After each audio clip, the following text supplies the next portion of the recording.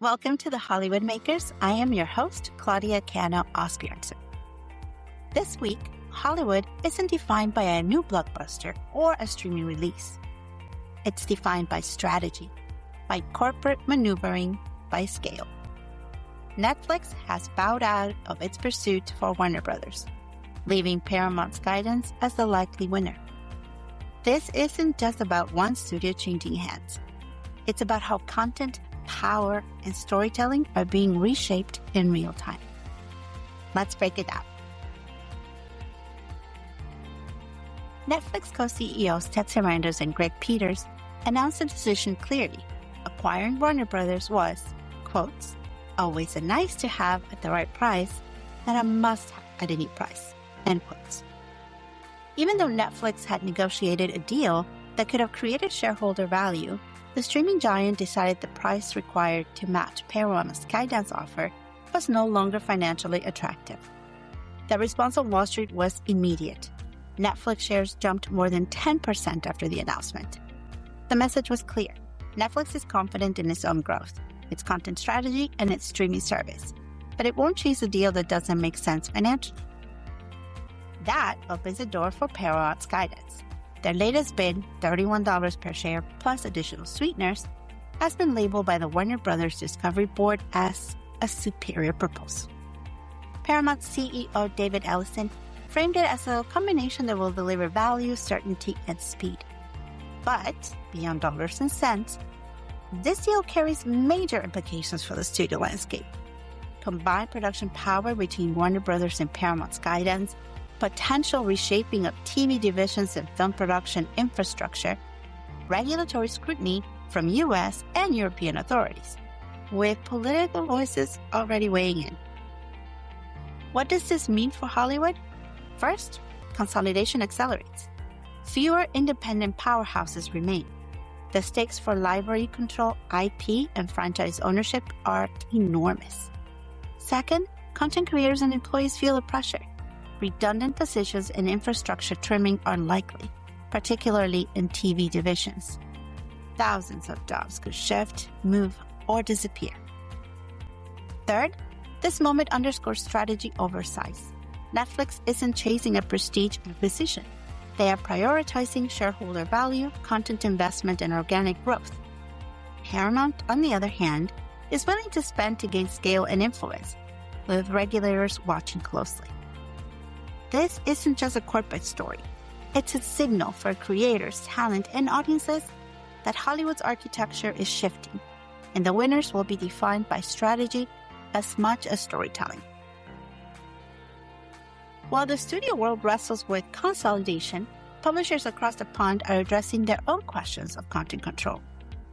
In the UK, major media organizations including BBC, Sky News, The Guardian, The Telegraph, and Financial Times formed the SPUR Coalition. SPUR, or Standards for Publisher Usage Rights, is focused on AI, how it uses original journalism, how creators are credited, and how value is maintained. The message is simple. Content has worth, whether it's a film library or a news archive. Protecting that value is critical. And in a moment when Netflix passes on a deal and Paramount invests billions in Warner Brothers, the lesson is similar. Ownership matters. Strategy matters. Stewardship matters. At the same time, creators are taking narrative ownership into their own hands. Grammy Award winner René Pérez Joglar, also known as Residente, is making his feature directorial debut in Puerto Rico, a historical epic starring Bad Bunny in his first leading film role.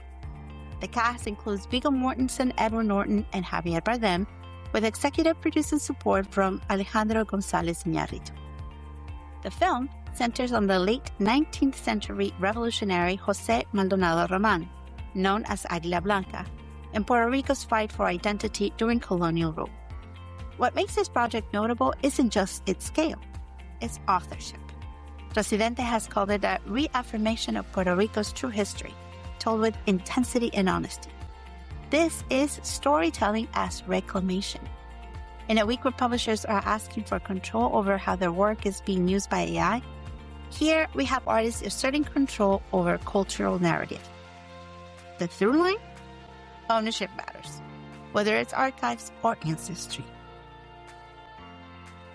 Meanwhile, the Producers Guild of America announced a few winners ahead of its 37th annual award ceremony. Children's programming went to Sesame Street, sports programming to Formula One Drive to Survive, short form to Adolescence, The Making of Adolescence, and innovation to The Wizard of Oz at Sphere, a recognition of immersive experiential storytelling. There's something symbolic here. Traditional children's television, global streaming sports docuseries, behind-the-scenes short form, and immersive Sphere technology. 4 different models of engagement, 4 different audience behaviors. This year, the PGA is also honoring Jason Blum, Amy Pascal, and Mara Brock-Akil, producers whose careers represent risk-taking, franchise building, and culturally specific storytelling. So again, we see the industry acknowledging both legacy and reinvention. This week's Hollywood story is about control, strategy, and ownership. Netflix stepped back, Paramount stepped forward. Publishers are asserting rights over AI. Artists are reclaiming cultural narratives. Producers are experimenting with new ways to tell stories.